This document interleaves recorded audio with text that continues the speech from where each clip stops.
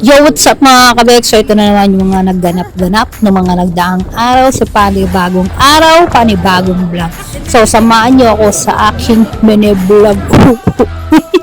So, ayaw, waiting tayo kay Sir Roger. At tingnan niyo naman kung gaano kaganda ang panahon. Itong mga oras na to ay, mga 11:30. Yung Miyerkules tong araw na to. At ayan na nga, nasundo na kami ni Sir Roger. Ay pupunta kami dito sa Hot Tomato. Medyo matagal-tagal na rin kami hindi nakakain dito, taon na. At ayan, may meat. Hindi ko naman nakita kung ano pa yung mga laman nandiyan. Kung ano lang in-order ko, yun na papakita ko. Kasi, syempre, wala din naman, diba? Wala din naman magiging kwento kahit ipakita ko muna. At ayan, dumating na ang aming soup, tomato soup, at ang lemon iced tea ata yung in-order namin na inumin. At ayan na, dumating na ang ating steak. Medium cook lang yan, may dugo-dugo pa, pero ang sarap niya. At syempre, pagkatapos ng ilang minuto, ay tapos na natin siya lapangin. Hindi ko na pinakita kung paano ko siya kainin, kasi naman, hindi din naman ewan ko ha, pero parang hindi parang pang ubos oras lang yun. Para saan? Para saan? Para papakita ko pa, diba? Ayoko lang ng ganun. So, ayan, pumunta kami dito sa sa grocery store kasi bibili nga kami ng pearl at yung konting stock dito sa bahay. At ayan, pauwi na nga kami. At dyan, muntik ko pang masagi si Sir Roger. Kaya sabi ko, move ka Sir Roger kasi may hit kita. May hit!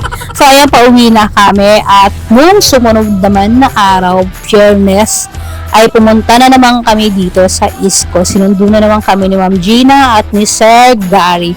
So, ayun, ang daming tao ngayon, ang daming naglalaro compared dun sa last na punta kami last week. At talagang medyo crowded siya, Ning. Talagang ang daming tao kasi nga Good Friday ito. Ayan, tingnan mo yung mga nagbabike. Pumunta kami last week, walang masyadong nagbabike, walang tao mga nakatambay. So, ayan, sabi nila pupunta kami dun mismo sa malapit sa dagat. At naglakad-lakad na nga kami. Ayan, bawat side may mga tao, di ba? Kasi nga, holiday, di ba? Ayan si Amo, si Sir Roger, ayan, naglalakad na kami Sir Roger to. Sir Gary, at tingnan mo naman daw kung gaano kaganda yung scenery. Ayan, di ba? Ganda ng langit. Siguro nasa mood kaming lahat kasi wala pa nga si Kupal. At ayan, tingnan mo bakla yung view. Bye! Bye! Tingnan mo, di ba? Nakaka-refresh. Ang lakas ng hangin, hindi ganun kasakit sa balat. Kasi di ba minsan pag nasa seaside ka, medyo pag ganyan mga oras masakit sa balat, yung buga ng hangin, pero dito talaga nakaka-refresh out. Ayan ang bakla na para bang nasunog na agad. Baka hindi wala masusunog sa'yo kasi negra ka talaga. So ayan, nagtambay lang kami. Siguro mga 5 minutes kami nakatambay dyan. At ayan, pinatayungan ni Ma'am Gina si Amo. At meron nga pala ako nakita dyan na matanda na nag-exercise. So, bagay, maganda talaga siya dyan. Maganda talaga mag-exercise. So, marami kami nakikita dati nag-exercise dyan. Nung una kami mga nagpunta dyan. At doon naman sa side na may mga naglalaro ng volleyball. So, ayun yung mga bata. Tingnan mo, may mga At ayan, palakad na kami. At pupunta na kami doon sa kakainan namin. At dito nga kami kumain. Nakalimutan ko yung pangalan ng restaurant. At ayun yung interior niya. Hindi na rin ako masyadong nag-video. Kasi parang pag iba yung sila Ma'am Jeannie kasama ko, parang minsan gusto ko na lang di-enjoy.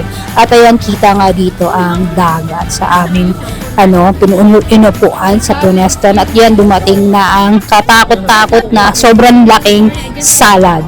At ayan, medyo ang in-order lang namin ata dito ay 4. Kasi, ewan ko ba, hindi ko alam bakit ayaw ni Amo.